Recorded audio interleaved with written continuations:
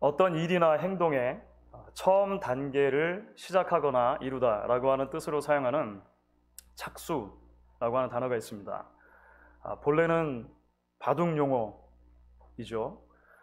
바둑판에 돌을 놓는 행위 자체를 착수라고 합니다.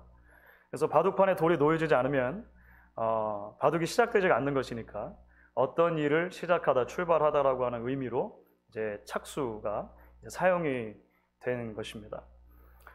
오늘 우리가 함께 읽은 말씀을 보면 이제 여호와의 성, 예루살렘 성이 재건되는 일이 착수되는 장면이라고 우리가 이해를 할 수 있을 것입니다.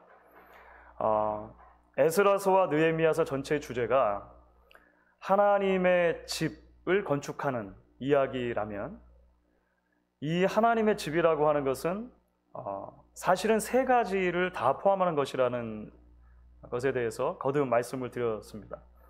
하나는 성전이고, 다른 하나는 백성이고, 다른 하나는 예루살렘 성이다라고 하는 말씀을 계속 드렸습니다.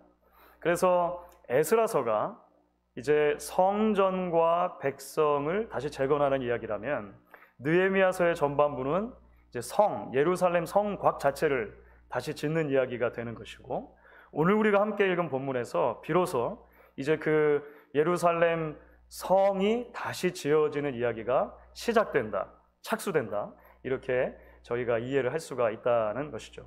그런데 여러분, 오늘 우리가 함께 읽은 말씀을 보시면 예루살렘 성이 다시 재건되는 계기가 너무나도 우연한 계기인 것처럼 보여집니다.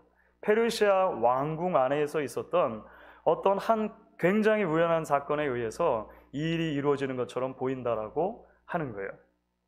술관원이었던 느헤미야의 얼굴에 한 가닥 수심이 깃들어 있는데 웬일인지 어느 날 왕이 그 수심을 알아차린 것입니다.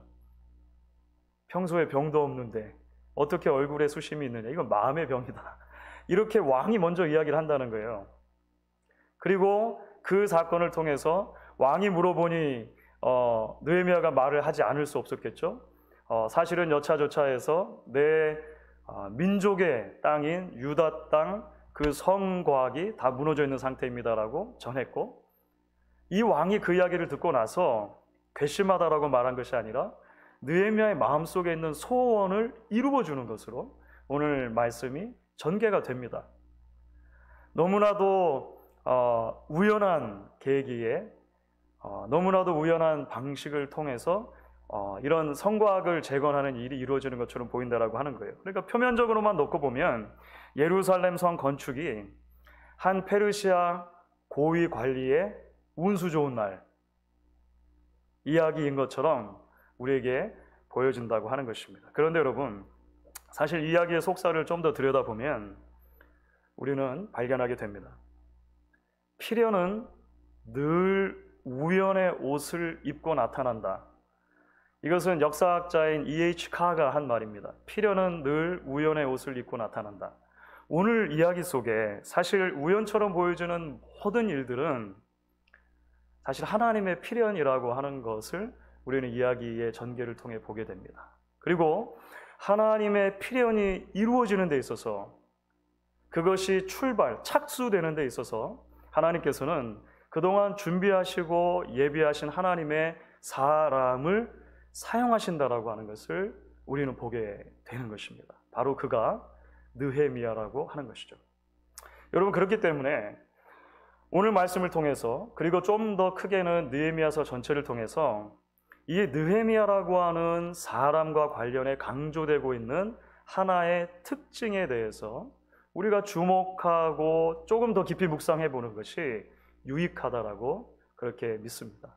그것은 바로 기도라고 하는 주제입니다. 기도. 느헤미야와 관련해서 사실 에스라서와 비교했을 때도 조금 더 여러 가지 장치를 통해서 강조되고 있는 대목입니다. 오늘 말씀드린 것처럼 겉으로만 놓고 보면 느헤미야가 아주 우연한 계기에 아닥사스다 왕의 호의를 얻어낸 것처럼 보입니다. 그런데 사실 4절 말씀을 보시면 오늘 이야기 전체를, 그리고 좀 더 나아가 말씀드린 것처럼 느헤미야서 전체를 이해하는 굉장히 중요한 표현 하나가 등장을 합니다. 그 표현이 무엇이냐면 내가 곧 하늘의 하나님께 묵도하고 라고 하는 표현이 4절에 나와요. 내가 곧 하늘의 하나님께 묵도하고. 여러분, 이 표현이 왜 중요할까요? 이 표현이 아닥사스다 왕이 내게 무엇을 원하느냐라고 묻는 질문과 성을 건축하게 허락해 주십시오라고 말했던 느헤미야의 답 사이에 놓였다라고 하는 것이 굉장히 중요합니다. 그 사이를 연결해 주는 고리입니다. 그러니까 왕의 질문과 느헤미야의 대답, 얼마나 짧은 찰나의 순간이겠습니까? 그 짧디 짧은 순간 사이에 느헤미야의 기도가 있었다라고 이야기를 하는 것이죠. 느헤미야가 어떻게 기도했을까요? 당연히 우리는 느헤미야가 왕에게 왕이시여, 너무나 중요한 질문을 하셨기 때문에 1시간만 제게 주시면 제가 섬기는 신께 가서 간절히 기도하고 돌아와 답하겠나이다, 이렇게 할 수 없었다는 것을 우리는 알고 있습니다. 제가 3박 4일 동안의 시간만 주신다면 기도원에 들어가 작정 기도한 뒤에 답을 얻어 말씀드리겠나이다, 이렇게 하지 않았어요. 오늘 말씀을 보시면 질문과 대답 사이에 아주 짧은 시간 동안 잠깐 하나님께 기도한 것으로 되어져 있습니다. 무릎을 꿇고 하늘을 향해 손을 들고 상상도 할 수 없는 일일 것입니다. 마음속으로 기도했겠죠? 눈을 감지 않았을지도 모릅니다. 입조차 달싹거리지 않았을지도 모릅니다. 그래서 우리말 성경은 아주 친절하게 이 대목에서 느헤미야가 드린 기도를 묵도라고 아예 번역을 해놨습니다. 묵도. 원래 히브리 성경은 단순하게 느헤미야가 기도하고라고 되어 있습니다. 느헤미야가 하늘의 하나님께 기도하고. 그런데 이런 모든 정황을 살폈을 때 느헤미야가 당연히 마음속으로 하나님 앞에 묵상 기도했을 것이라고 생각을 하고, 우리 한글 성경에서는요, 그 단어를 묵도라고 하는 단어로 옮겨서 사실은 이제 번역을 한 거예요. 굉장히 지혜로운 번역이라고 생각이 됩니다. 사랑하는 여러분, 그 짧은 시간에 느헤미야가 하나님께 기도했다라고 하는 사실이 왜 중요합니까? 이것은 평소에 느헤미야가 하나님 앞에 어떤 신앙의 사람이었는가를 보여주는 굉장히 중요하고 좋은 창문과도 같기 때문에 그렇습니다. 말씀드린 것처럼 느헤미야서 전체에서 느헤미야를 특징짓는 굉장히 중요한 요소가 있는데요. 그것은 느헤미야가 기도의 사람이라고 하는 것입니다. 기도의 사람. 물론 에스라도 기도했습니다. 그런데 에스라서 전체하고 느헤미야서를 비교해 보면 느헤미야서는 처음부터 끝까지 여러분들이 책을 읽어 나가실 때 중간중간 마치 이야기의 흐름을 뚝 끊어내는 방식으로 느헤미야의 기도를 싣고 있다는 것을 보게 됩니다. 어떤 사건들이 계속 설명이 돼요. 앞으로도 계속 그럴 것입니다. 일일쭉 설명되다가 갑작스럽게 1인칭의 시점에서 느헤미야가 이렇게 말을 하는 거예요. 내 하나님이여 내게 은혜를 베푸소서. 그러니까 느헤미야 기도문이 아예 실려 있는 것입니다. 내 하나님이여 나를 기억하소서. 내게 복을 주소서. 이런 느헤미야의 짧은 기도문들이 느헤미야서는 실려 있다는 거예요. 그렇기 때문에 여러분, 예루살렘 성의 재건이라고 하는 이 대단히 중요한 역사적 사건이 시작되는 데 있어서, 그러니까 착수되는 데 있어서 기도라고 하는 주제가 강조되는 것이 우연이 아니라는 것을 우리가 기억할 필요가 있을 것입니다. 왜냐하면 하나님은 대개 기도하는 당신의 백성들을 통해서 당신의 일을 이루시기 때문에 그렇습니다. 성경을 살펴봐도 그렇습니다. 기독교 역사를 살펴봐도 그렇습니다. 우연의 옷을 입은 하나님의 필요는 너무나도 많은 경우에 있어서 기도하는 하나님의 사람들을 통해 시작되고 펼쳐지는 것을 우리는 보게 됩니다. 그 이유가 무엇일까요? 우리는 기도를 통해서만 하나님께 진정으로 가까워질 수 있기 때문에 그렇습니다. 우리가 진정으로 하나님께 가까워질 때에만 하나님의 마음을 이해할 수 있기 때문에 그렇습니다. 우리가 하나님의 마음을 이해해야만 하나님의 마음을 가득 채우고 있는 정념이 무엇인지, 페이토스가 무엇인지를 이해할 수 있기 때문에 그렇습니다. 하나님의 정념을 이해해야만 비로소 하나님이 그를 통해 하나님의 일을 이루시는 도구로 사용될 수 있기 때문에 그렇습니다. 그렇기 때문에 여러분, 우리가 매일 하나님 앞에 기도를 통해 영적인 근육을 단련하는 것의 중요성은 아무리 강조해도 지나침이 없을 것입니다. 코로나 팬데믹 이후에 많은 사람들 사이에 유행한 한 현상이 있다고 그래요. 그게 뭐냐면 홈트라는 현상입니다. 홈트. 혹시 들어보셨습니까? 처음 들어보신 분들을 위해서. 홈트라고 하는 것은 홈 트레이닝. 집에서 운동하는 걸 말하는 거예요. 집에서 운동하는 거. 제가 보니까 사실은 이제 한국식 영어인 것 같아요. 미국에서는 그냥 at home workout이라고 하죠. 사실 짐에도 갈 수 없는 상황이 굉장히 오래됐었고, 심지어 팬데믹 초기에는 퍼블릭 파크 공원에도 상당히 출입이 제한됐었던 적이 있지 않습니까? 그래서 많은 사람들이 집에 운동 장비들을 장만을 하고 또는 맨손으로라도 운동을 하는 일들이 굉장히 많아졌다. 이게 전 세계적인 사실은 현상이라고 합니다. 그래서 온라인이건 오프라인이건 그런 운동 용품을 파는 그 용품점에 물건이 없을 정도로 많은 사람들이 했다는 거예요. 그런데 여러분, 혹시 여러분들도 집에서 운동을 그렇게 하시려고 노력하셨던 분들 계신지 모르겠습니다. 운동을 해보신 분들이라면 압니다. 안 하다가 갑자기 운동을 시작하면 처음부터 잘 되는 것은 하나도 없다는 것입니다. 만약에 팔굽혀펴기를 하신다고 하면요, 처음부터 50개를 할 수 있는 사람은 없습니다. 어제까지 한 번도 팔굽혀펴기를 안 하다가 오늘 갑자기 홈트레이닝을 시작해야지 해가지고 50개를 할 수 있는 사람 없는 거예요. 오랫동안 조금씩 훈련을 하다 보면 근력이 늘고 지구력이 생기는 것이죠. 그래서 10개, 20개, 30개, 50개 늘려갈 수 있는 것입니다. 팬데믹 기간 동안에 제가 플랭크라고 하는 운동 몇 차례 소개해드렸죠. 팔로 버티기만 하면 되는 운동입니다. 그런데요, 쉽지 않아요. 1분을 버티는 게 쉽지 않습니다. 그런데 조금씩 하다 보면 근력이 생기고 지구력이 늘어납니다. 그러면 1분 하다가 2분 하다, 3분 하다, 5분 하다 늘려갈 수 있는 것이죠. 사랑하는 여러분, 영적인 훈련도 그렇습니다. 하나님의 때를 분별하는 지각은 오랜 기도의 습관을 통해서 길러지는 것입니다. 어느 날 갑자기 하나님의 때가 막 깨달아지고 그런 건 아니라고 하는 거예요.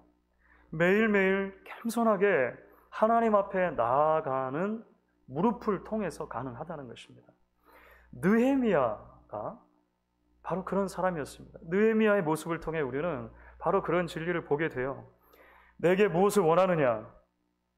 왕이 물었을 때 예루살렘 성을 건축하게 하소서라고 답할 수 있었던 것은 평소 그가 얼마나 하나님 앞에서 무릎 꿇는 기도의 사람이었는가라고 하는 것을 보여주는 장치라고 하는 것입니다.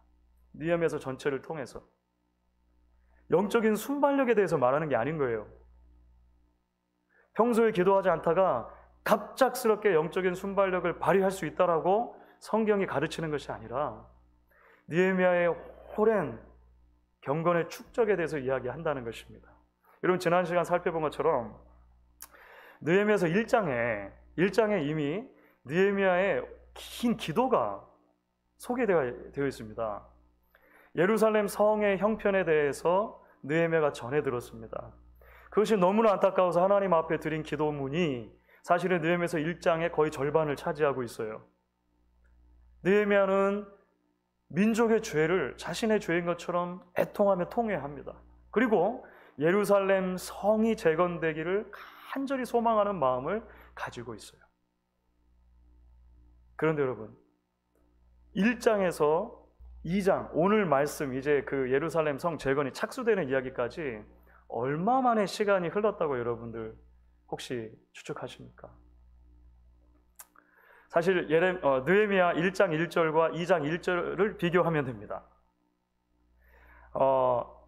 느헤미야 1장 1절과 2장 1절을 비교해보면 아닥사스다 왕 20년이라고 하는, 그러니까 해는 변하지 않아요. 그런데 이것이 어떻게 되냐면 그 기슬르월에서 니산월로 바뀌어 있습니다. 조금 어렵죠. 기슬르월로 잘 이해가 안 되고 니산월도 이해가 안 되니까. 유대력으로 보면 이것이 5개월의 시간이라고 하는 것만 여러분 기억하시면 됩니다. 5개월의 시간. 5개월의 시간은 길면 길고 짧으면 짧은 시간인데요. 느헤미야서 전체의 맥락에서 보면 짧지 않은 시간인 것처럼 우리가 이해할 수 있습니다. 왜냐하면 앞으로 살펴보겠지만 실제로 예루살렘 성곽이 재건되는 이야기는요, 놀랍게도 2개월이라고 하는 아주 단시간에 이루어집니다. 이건 그 성전이 건축됐던 이야기하고는 좀 달라요. 성전 건축되는 방해가 있고 오랜 기다림이 있고 전체 기간이 사실은 수십 년이 걸렸잖아요. 예루살렘 성곽이 건축되는 것은 방해가 물론 있지만 2개월 만에 속전속결입니다. 속전속결.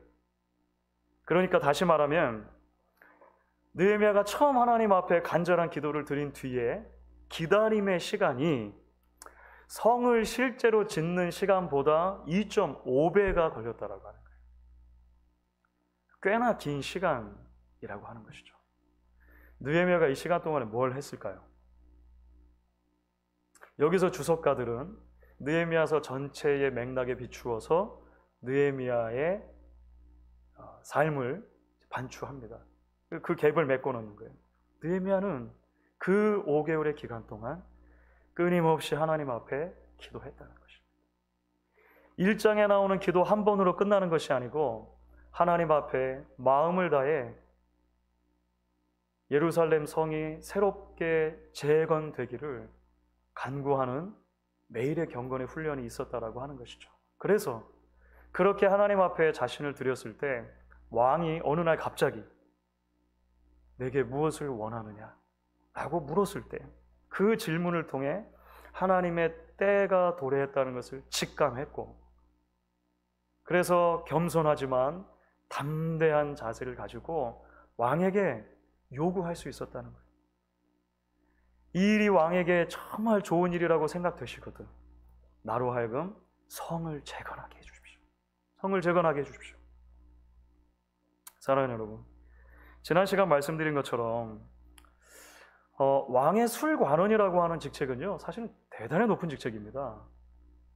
왕의 술관원. 당시의 기록을 보면 그 어떤 큰 제국의, 거대한 제국의 술관원이라고 하는, 술 맡은 관원이라고 하는 이 자리에 요구되는 몇 가지 임무들이 소개가 됩니다. 첫 번째는 당연히 우리가 추측할 수 있는 것처럼 왕에게 드리는 음식에 독이 들어가 있는지를 확인하는 것입니다. 이거 굉장히 중요한 임무가 되겠죠. 두 번째, 왕이 누군가를 접견해야 할 때 그 접견할 대상을 선정하는 것도 술 맡은 관원이 하는 일이었습니다. 세 번째, 왕이 개인적인 고민을 나누는 책사의 역할도 술 맡은 관원이 했습니다. 네 번째, 매일같이 왕이 사실은 잔치를 베풉니다. 주연을 베풀 때 그 잔치를 총괄하는 책임이 술 맡은 관원에게 있었습니다. 다섯 번째, 종종 왕을 대신해서 어떤 정치적인 결정을 실행하거나 타국에 책사로, 특사로 파견되는 일도 이 술 맡은 관원장이 했어요. 그러니까 지난 시간 말씀드린 것처럼 단순하게 기미상궁 정도의 역할이 아니라 굉장히 중요한 역할을 감당했던 것이죠.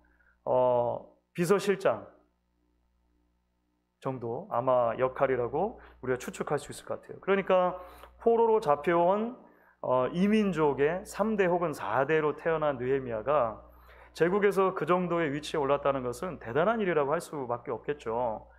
굉장히 고위 관직에 이르렀다고 하는 것입니다. 그런데 여러분, 우리는 느헤미야서 전체를 통해 보게 됩니다.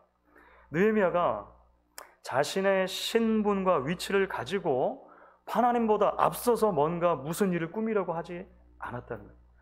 느헤미야 한 번도 그렇게 한 적이 없습니다. 5개월의 기다림의 기간이 우리에게 그것을 너무나도 잘 설명해 줍니다. 여러분, 우리는 가끔 그런 생각을 하곤 합니다.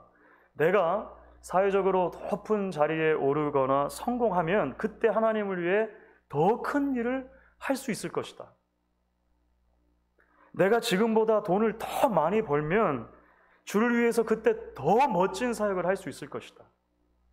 지금보다 내게 시간이 더 많이 있다면 나는 주를 위해 훨씬 더 헌신할 수 있을 것이다 생각해요. 실제로 한국교회 한참 청년 사역의 현장에서 그런 가르침들이 주를 이루었을 때가 있었습니다. 소위 말하는 그 고지론이라고 그래요.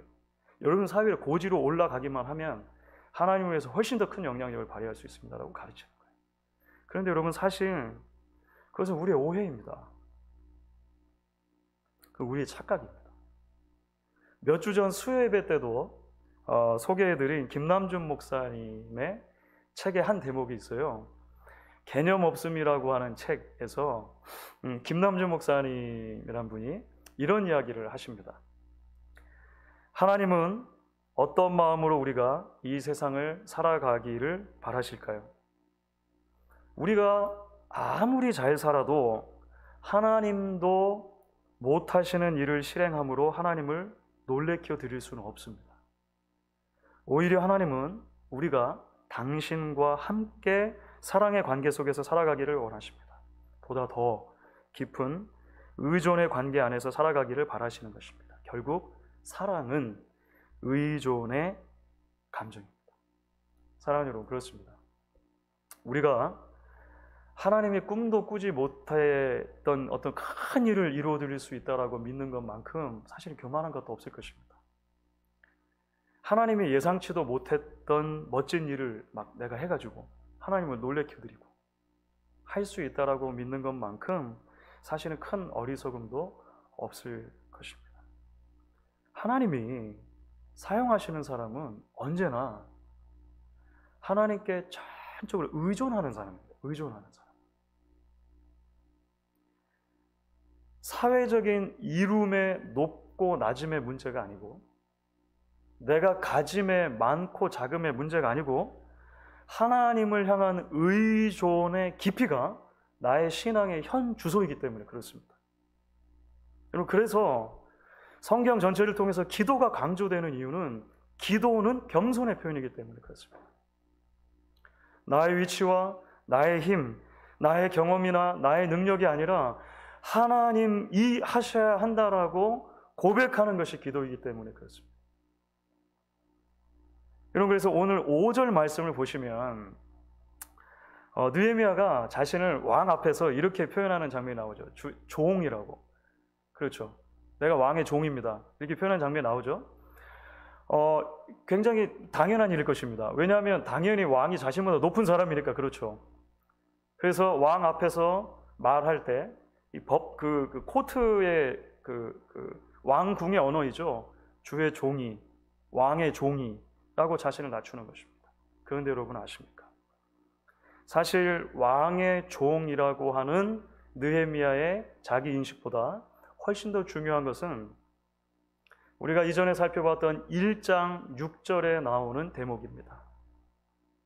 느헤미야가 하나님 앞에 기도하며 자신을 여호와의 종이라고 표현하는 것입니다. 여호와의 종이라고. 왕 다음 자리, 내가 이만큼 높은 자리라고 인식할 수 있는 왕의 종보다 훨씬 더 느헤미야를 사로잡고 있는 하나의 자기 인식이 있다면 그래서 내가 하나님의 종이라는 거예요. 여호와의 종이라고 하는 것입니다. 그가 왕의 술관원이라고 하는 높은 자리에 있지만 그 위치 자체를 가지고 뭔가 하나님의 일을 내가 이루는 것이 아니라 하나님 앞에 먼저 기도했던 이유가 거기에 있습니다. 그렇기 때문에 여러분, 우리는 느헤미야의 모습 속에서 또 다른 한 분의 여호와의 종의 모습을 떠올리게 됩니다. 성경이 고난받는 여호와의 종이라고 설명하는 우리 주 예수 그리스도이십니다. 생각해보면 예수님은 삼위일체 하나님의 2위이신 하나님이십니다. 하나님. 만물이 그로 말미암아 창조되었다라고 성경은 분명히 말하고, 그래서 예수님이 만왕의 왕이고 만유의 주라고 말합니다. 그런데 그 예수님이 이 땅에 오셨습니다. 그리고 이 땅에 사시는 동안 철저하게 하나님 아버지를 의존하는 삶을 사십니다. 여호와의 종으로 사세요. 실제로 성부 하나님께 순종하는 삶을 사십니다. 왜 그러셨을까요? 예수님이 이 땅에 오신 목적 때문에 그렇습니다. 저와 여러분을 죄와 사망의 권세에서 구원하시고 하나님의 자녀로 삼으시려고 하는 하나님의 일을 이루시기 위해 예수님은 이 땅에 오신 것입니다. 그래서 여러분, 복음서에 나타난 예수님의 삶을 보시면 처음부터 끝까지 기도하시는 삶입니다. 그렇죠. 매일 매순간을 기도 없이 살 수 없을 것처럼 예수님께서 그렇게 사셨던 것입니다. 한 번도 예수님은 우리 아버지도 모르시는 일을 내가 팍 해가지고 나는 예수니까 아버지를 놀래켜 드려야지, 한 번도 그렇게 예수님 사신 적이 없습니다. 오히려 자신의 전 존재를 하나님의 놀라운 구원 계획과 뜻이 이루어지는 통로로 자기 자신을 내어드렸다라고 하는 것입니다. 그럴 때 저와 여러분을 구원하신 하나님의 일이 실제로 이루어진 것이죠. 주 안에서 사랑하는 여러분, 지난주에 우리가 부활주일 예배를 함께 드렸습니다. 주님의 죽으심과 부활이 우리에게 주신 그 구원과 새 생명의 메시지를 우리 함께 나눴습니다. 이제 오늘 말씀이 부활의 참 소망을 가지고 이 땅을 살아가는 저와 여러분들에게 말을 걸어온다라고 저는 믿습니다. 그리고 지금도 하나님은 당신의 사람들을 통해 당신의 일을 이루시는 것을 기뻐하십니다. 지금도 하나님의 필요는 하나님을 신뢰하며 붙드는 그 백성들을 통해서 성취되어져 간다는 것입니다. 고단한 팬데믹의 시기를 우리 모두가 살아가고 있지만 여전히 하나님의 우리의 주인이십니다. 여전히 하나님이 우리 인생의 왕이 되십니다. 그 하나님께 매일 가까이 나아가는 저와 여러분, 이 시대를 향한 하나님의 놀라운 회복과 부흥에 우리를 사용해 주시기를 겸손히 구하며 우리를 드리는 남녀 종들이 우리가 되어질 수 있기를 주의 이름으로 간절히 축원하겠습니다.